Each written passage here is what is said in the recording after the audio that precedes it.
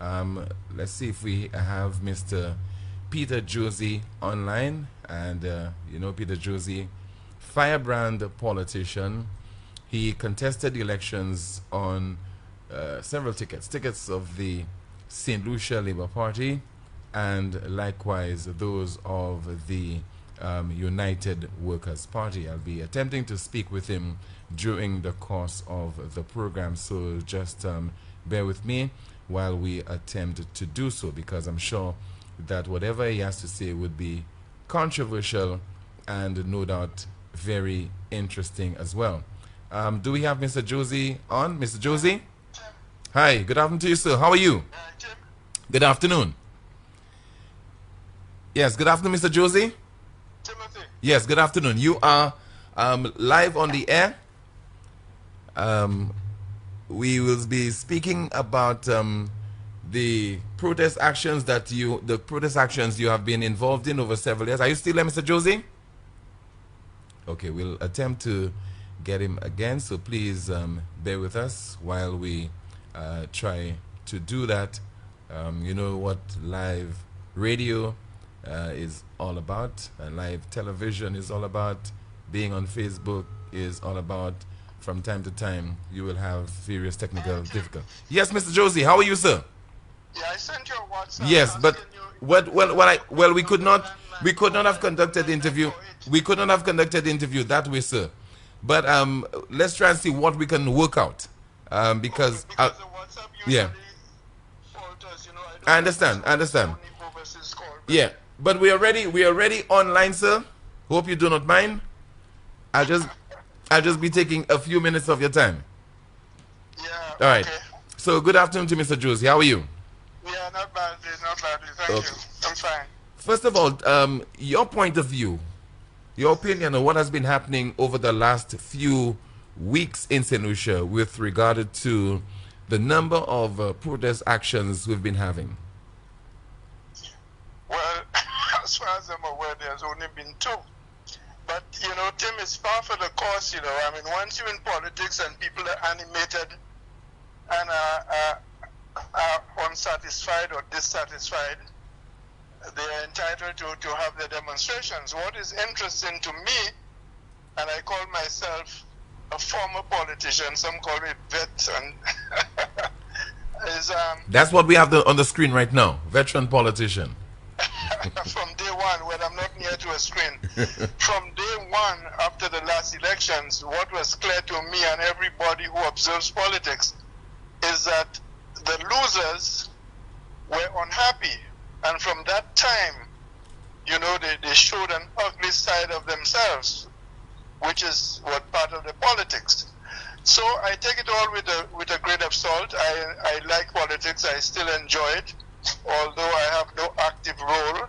So people are entitled to, in a democracy, there are certain countries where you can't do that, but in a democracy where people have a choice of electing the parliamentary representatives and the government, they are certainly entitled to demonstrate. But as I think many people have pointed out, there are laws governing this. If the people who do not like it get into office, they can always change it if they wish. But have you had any kind of difficulty with the Public Order Act, Mr. Josie, from the several decades you have been protesting in St. Lucia? I could just imagine that you having a difficulty with that piece of legislation. You and probably Mr. George Odlum, deceased George Odlum? Well, it was interesting. It's interesting that you asked that, because the Public Order Act obviously is going to be used by the powers that be. In my time, Tim, we faced it, but what was interesting, and it's good for people to study these things, the atmosphere was different. Sir John Compton, as he later became, had been in power for a very long time. That's the first thing. So the police were literally on his side. It was as if there was not an independent police force. That's the first point I wish to establish. The second point is that George Odlum and myself had entered the politics of the Labour Party coming from a background of independent thinking forum members, which was like a Black Power group. At that time, the Conservatives and even ordinary poor St. Lucians never to associate before our time, that is Odlum and I, the words black and power together. So people were very skeptical. We had to spend many hours on national platform all over the island explaining this, because it was part of the education. We felt that that is what the politics of St. Lucia was missing. And I'm happy to see that now we have reached a stage where we have a group that calls itself Black Lives Matter. So we have transformed all the way from people not accepting the African heritage of their skin tone to now accepting it to the point where they're saying, well, this matters. Sure, it might have come from the United States, but the point is that the Africans in the United States, or the African Americans, also came from America and came for the same reasons that people came to the Caribbean or were brought to the Caribbean. That was for free black slave labor. So, we have to understand this thing. So when George and I and the Forum and the early Labour Party had called for demonstrations, only the frustrated, the poor, and I guess people who understood the message came. And sometimes we didn't get permission, but I said, you have to push the law and challenge it. Understand? And it seems to me that that is what was done. I also noticed, I wasn't there personally, but I saw on television, like most people, that the police were very courteous. In our time, this same policemen would have had, well, not the same, the police would have had their tear gas masks, their long rifles, and looking very determined to shoot to kill. And it's only by God's grace that I was not killed in my early days in politics. Right? The day that Martin Carrasco arrested George Odlum, I was following in the police station, and like many others, to see what was going on. I was very quiet, but I was close to the action. What year was that, Mr. Josie? What year was that? What year was that, Lord have mercy? That was about 73, I think, or late 72. Yeah, and Martin Carrasco just turned around and said, you arrested too. and by the way, by the way, Martin Carrasco is Rick Wayne's brother. That's Rick Wayne's younger brother, right? Of course, yeah. And so we were thinking, but when I reached the police station, he said, listen, I wanted to get you out of the crowd so that you don't make any mischief. And that is why I remember recently, I don't know what the conversation was between Richard Frederick and the police who spoke to him. They were in each other's face. I guess it might have been a conversation. Listen, if you are there, you will animate the crowd. So please get out because we want some peace and quiet. And when I reached the police station, he pulled me aside and said, so listen, I want you to stay here for 10 minutes. The person who is arrested is George. But when you go out, I want you to go up Jeremy Street and go to your home. I said, but my vehicle is parked elsewhere. He said, well, make a round and take your vehicle and get out. Which I did, I'll be honest, I did. Later on, I learned that there were some charges against George which were eventually dropped. But if you are determined in politics and you have a cause, and that is a very important point, you have a cause that is not frivolous and just trying to use people to get into office to do your own bidding, right, to line your own pocket, then you can fight that cause. But if you're talking a lot of nonsense and you just want to get back in power because you're not happy, you're not satisfied that people voted you out, one of the things that is most remarkable about my time, and to a large extent George and that generation of politicians, we never, ever challenged the people's votes. When they voted for Compton, we took it in stride, we campaigned hard like hell to get back in office. And when it was our time to get in office, nobody challenged it.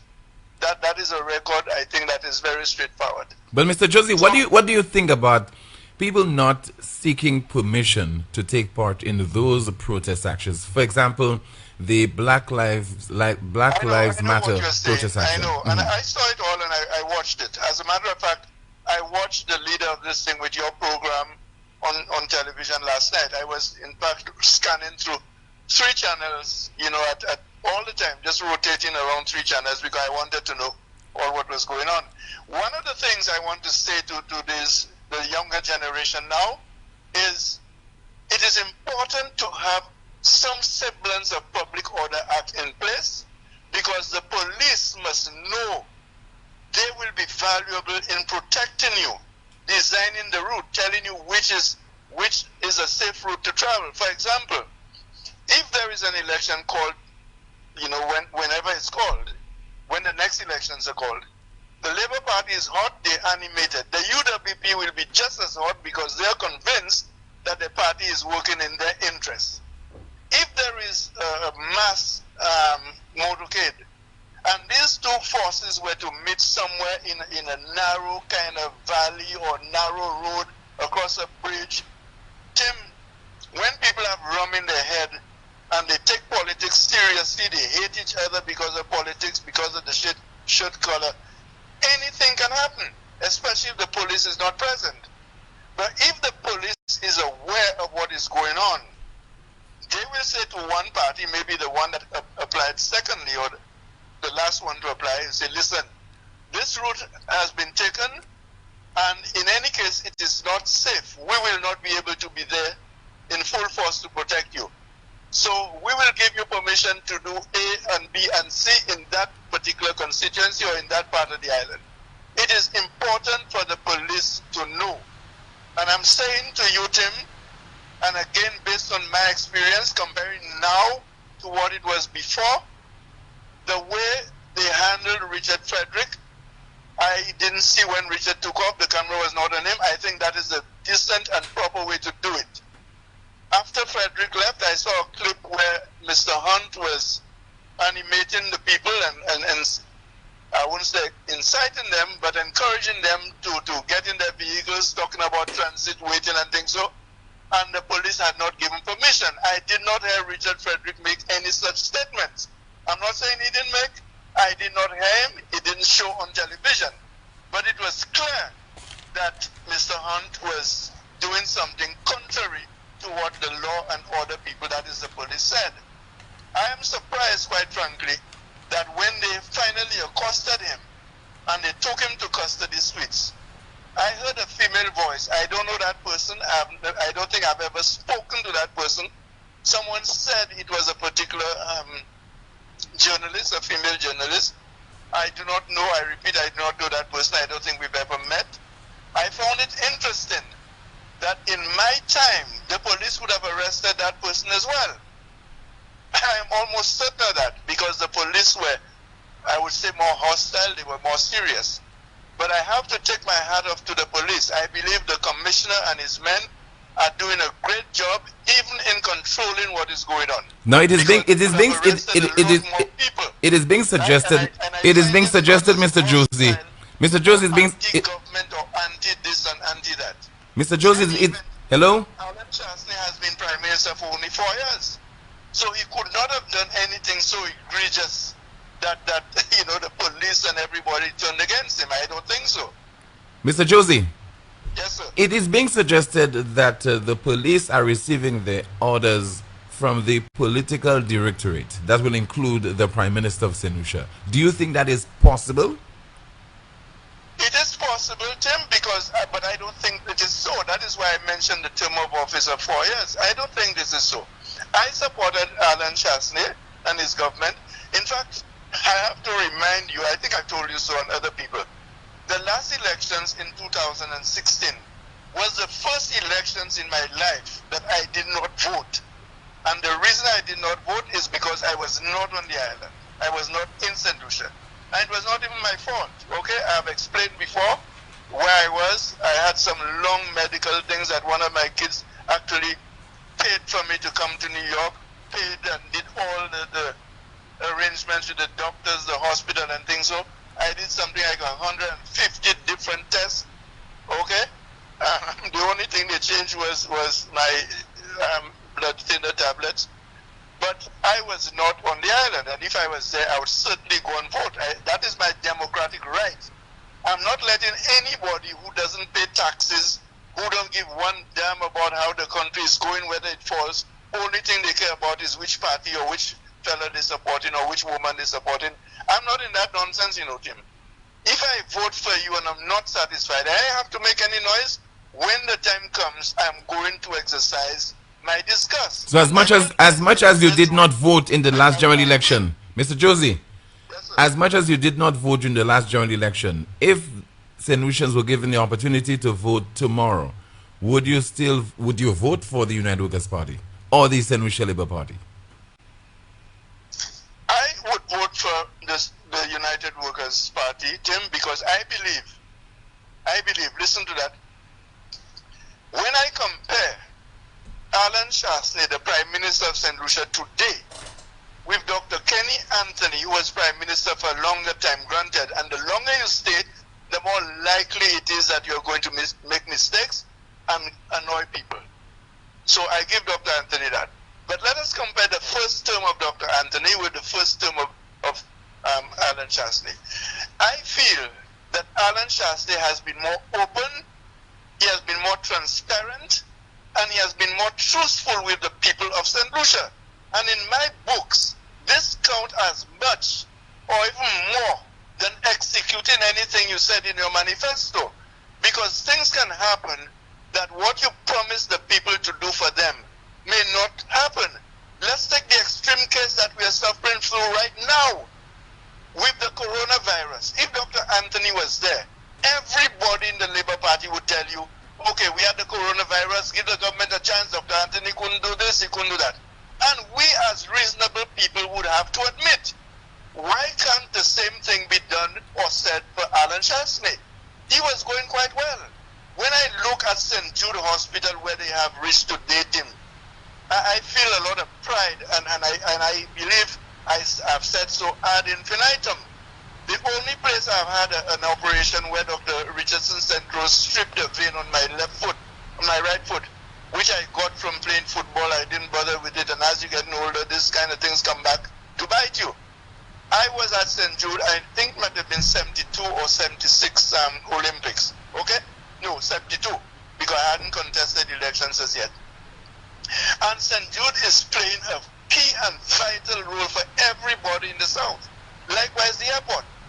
When I was a little boy growing up at Beaufort, I used to be at that airport almost every day bringing food from the Mang area to my father, my dad, who worked as a fireman up there. In those days, the vehicle used to come right to the entrance of the gate. The place was still fenced. You understand? So these things have a lot of emotion and sentimental value to me.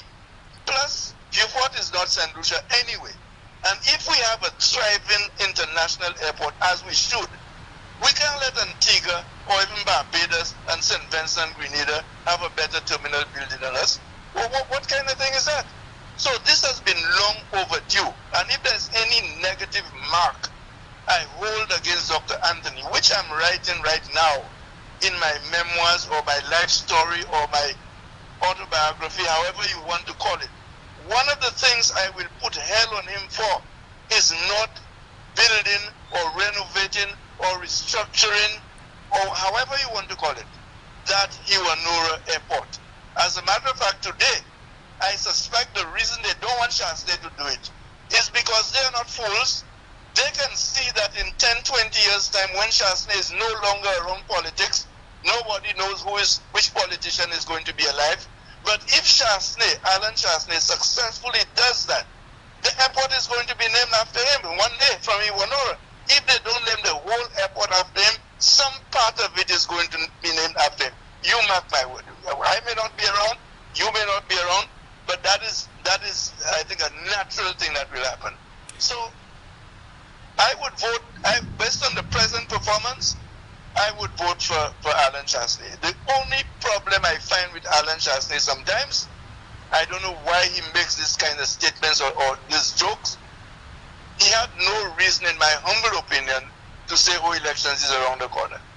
The Labour Party has been biting and urging and creating all kinds of things to have an election. If I were in Alan Shastney's place as Prime Minister, I say to the nation, listen, you elected me for 5 years, I intend to finish my term. But I'll tell you more than that, because I want to be honest with you. When June comes, I will ask you on the 1st of June to give me permission to extend my stay for 3 months or 90 days, which the Constitution gives me anyway, so that I can recover the 3 months that I lost through the coronavirus. Maybe he doesn't have to wait till the 1st of June next year. maybe in a New Year's Day message he can say that. But I don't think he should give any indication to anybody that there would be elections around the corner or before the year ends, because you heard the nonsense that is being spoken about the state of emergency being extended, or the curfew and the state of emergency being extended to the end of September. Okay? But we had to do that, I say we as a St. Lucian, if we were to keep the Cuban people around, and we lead them. Because, Timothy, the government may not like to hear me say that. The medical professionals may not like to hear me say what I'm about to say. When the country reopens, as they're planning to do officially by the end of June, first week of July, we will get at least, one or two cases of coronavirus people coming in. Even Martinique next door. When we are in Martinique, we are virtually in France. Martinique is a department of France. Anything you can get in France, within reason, of course. There are no trains in Martinique. You'll get in Martinique. So it will not surprise me if the virus comes just across from Martinique. When Martinicans come to St. Lucia, they mingle with people in Gozil and all over St. Lucia. You don't sometimes know who is Martinican and who is St. Lucian. So in my humble opinion, it may be even easier to spread the coronavirus from Martinique to St. Lucia among St. Lucians. Even easier than white American tourists coming in from the United States. But that is my personal opinion. So when we open and the country starts receiving people, we will get one or two cases. So we have to prepare our minds. The government has to tell people that. The chief medical officer is preparing our minds. She has done a fantastic job. And I believe all St. Lucians, it's a long time I haven't spoken that much, I'm coughing. All St. Lucians should be proud of her, Tim. And in fact, some people are already calling for all kinds of St. Lucian national honors for her. When the time comes, she'll get what she deserves. But the point I'm making is we have to open, and however cautiously, that is the point. However cautiously you open, there will always, in my humble opinion, before the year ends, be one or two people coming in, and all of us have to be on the alert. I have said before, and I'll repeat on your show, when the state of emergency ends at the end of September, Peter Josie is going to stay at his home as if he's under quarantine. I'll go out once a week to get my little groceries. I'll do my exercise in my yard, but I'm going to stay at my home and write and do what I have to do. I'm not going to mix with anybody. I'm not going out to drink with anybody. I'm staying at my home, and I can only speak for myself. I can't even speak for my children because all of them are big men and big women. Okay? All right, Mr. Josie, thank you so much for speaking with us on this afternoon's Newsspin program. I want to say something very quickly on last night. So, yeah, go ahead, please. Hello? Yes, go ahead, continue. I am saying last night I didn't have everything, but I was very impressed with Mr. Alexander. Again, I don't think I've met him personally, but one area in which I was impressed, he was very balanced in his judgment, in the things he said about politics, and I was particularly impressed when he spoke about the need for constitutional change, where we'll have a fixed term limit for the Prime Minister, where we'll have a specific day, month for elections and things of that nature. These are the exact same things that I, Odlum, Cauldron, Foster, Louisi, when the constitutional conferences were taking place, that was our position in the St. Lucia Labour Party at the time, and I was very happy to hear a young person repeating it. So the time will come when that idea will grow, and the politicians who don't want to face it will have to get out of the people's way and give the people an opportunity to design a constitution that fits their needs.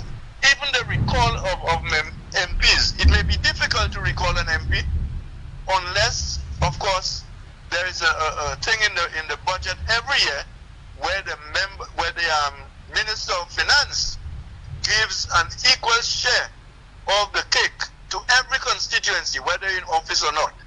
That is the only time. But you know something?